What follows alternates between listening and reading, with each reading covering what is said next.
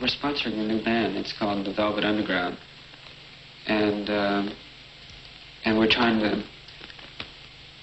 Well, since I don't really believe in painting anymore, I thought it would be a nice way of combining, and we have this chance to combine music and art and films all together, and we're sort of working on that, and well, the whole thing is being auditioned tomorrow at 9 o'clock, and if it works out, it might be very glamorous.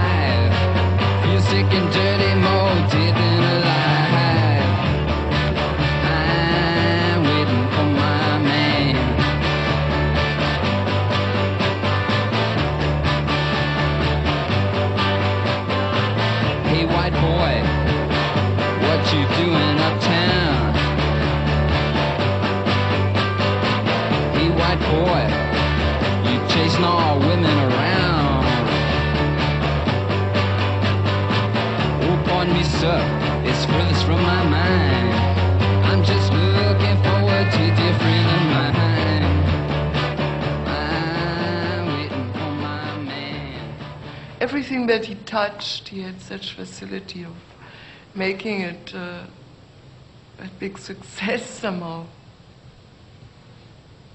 He turned everything into gold. I be your mirror, reflect what you are, in case you don't know. I be the wind, the rain and the sunset, the light on your door, to show that you're home. When you think the night has seen your mind, that inside you're twisted and unkind, let me stand to show that you are blind. Please put down your hand, 'cause I see you.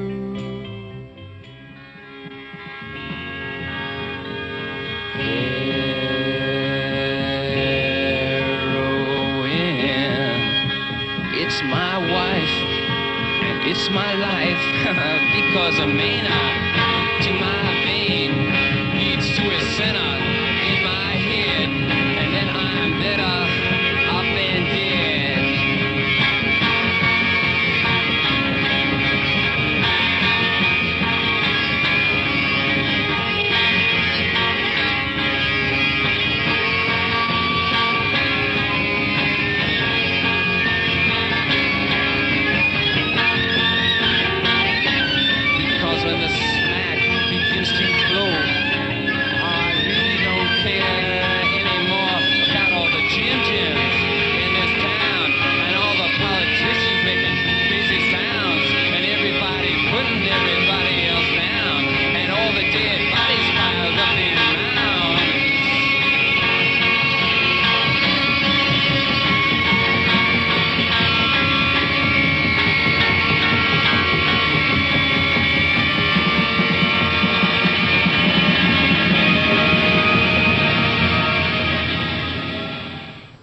It was an attempt to be revolutionary, an attempt to combine both the avant-garde and the commercial and try and make a run at it.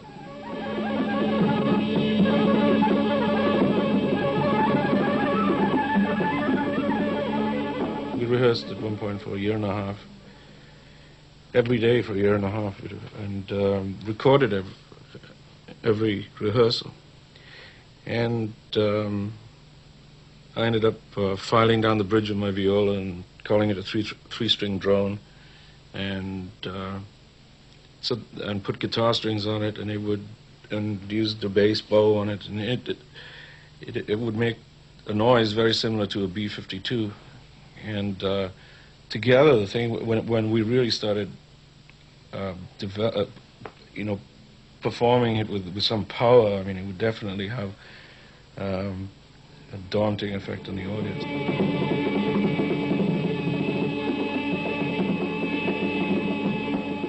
I was interested in developing rock and roll in a sense that you would incorporate this, both the funky side of rock and roll and the Wagnerian side of rock and roll, and put it together.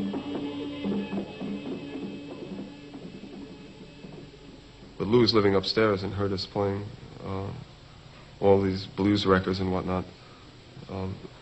At the wee hours of the morning, he had the campus radio show that was on once a week on Saturdays. So he came down to borrow records. And I could hear all this humming and buzzing upstairs. And that was Lou warming up.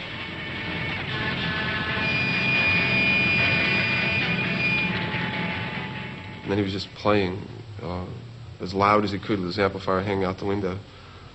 I said, oh, he plays guitar too. I have to talk to this guy. And so I did. Come on, let's go. All right, everybody get down on your face, man. Get ready, yeah. Okay, come on. Hey, put your hands up, upside your knees, now do the offset. Yeah. Take this forward, step on your head, now do the offset. All right. They're all real simple ideas. 3 chords, turn it up, and make the lyrics be about something. Had to be about something that had to do with everyday reality as we knew it then, as opposed to just nothing or making believe it was about something. I mean, I think a real characteristic of the Velvet Underground, as I think is about my own songs, is that they're really about something. I mean, that we really care about, that really happen, that have some bearing in real life, and they're not just a disposable subject. I mean, I was trying to give you a shot of some of the street.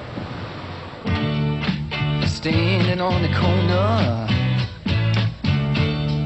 suitcase in my hand, Jack's in his corset, Jane is in her vest, and me, I'm in a rock and roll band. Huh. Riding up Studs back at Jim. You know, those were different times. All the poets, they studied rules of verse, and those ladies, they rolled their eyes. CJ, oh, CJ, oh, CJ. I'll tell you something, Jack, he is a banker, and Jane, she is a clerk. There was the songwriter Lou. He was rapidly trying to show me all these other songs, but he was playing them on an acoustic guitar, and I said I was really fed up with folk music. The Dylan stuff and Joan Baez's stuff, I was quite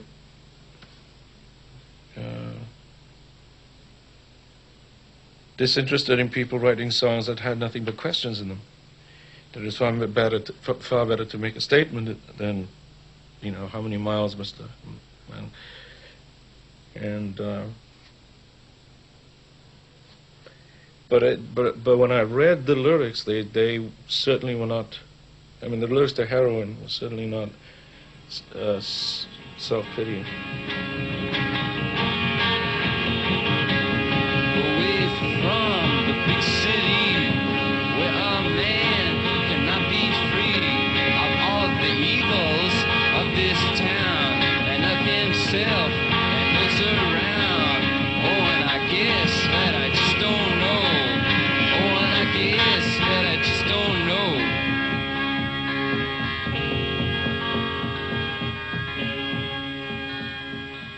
They're good songs. I mean, they're going to stand up no matter who plays them, but they're nothing like how we wound up playing. Me with my no drum training whatsoever, just bashing away. made a huge difference. Sterling with his nice, quiet little ideas of guitar playing and his real solid rhythm playing, and John with his manic viola.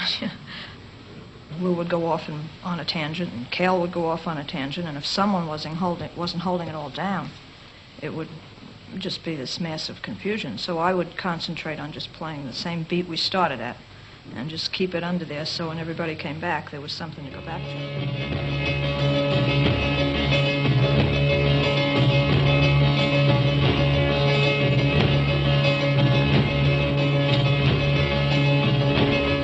What costume shall the poor girl wear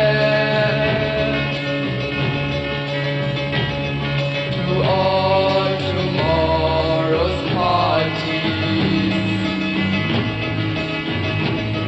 A hand-me-done dress from who knows where to all tomorrow's parties. And where will she go? And what shall she do when midnight comes around? She turned once more to Sunday's clown and cry behind the door. I think the effect of Venus and Furs is that musically it's so shocking.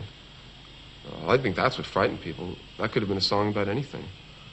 But that always has been my favorite song. That's the... If I had to say, show me one thing that you do differently than anybody else ever did, I would drag out Venus and Furs. I say, you show me whoever sounded like this. Severin, Severin, speak so slightly. Severin, down on your bended knee. Taste the whip, in love not given lightly. Taste the whip, now plead for me.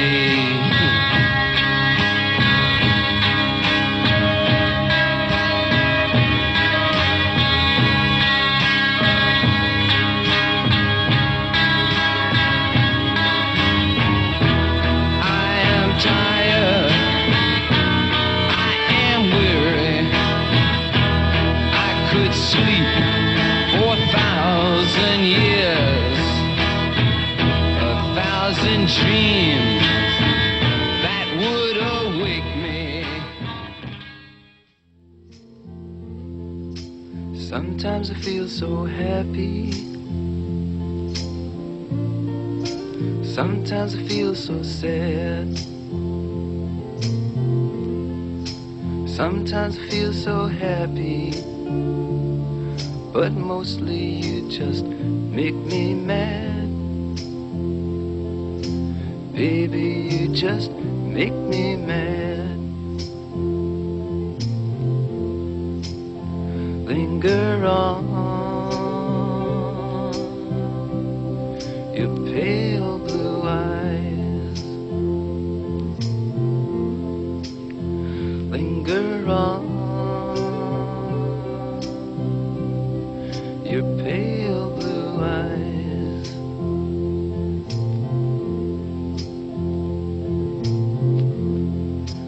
Thought of you as my mountaintop. Thought of you as my peak. Thought of you as everything I've had but couldn't keep. I've had but couldn't keep. Linger on,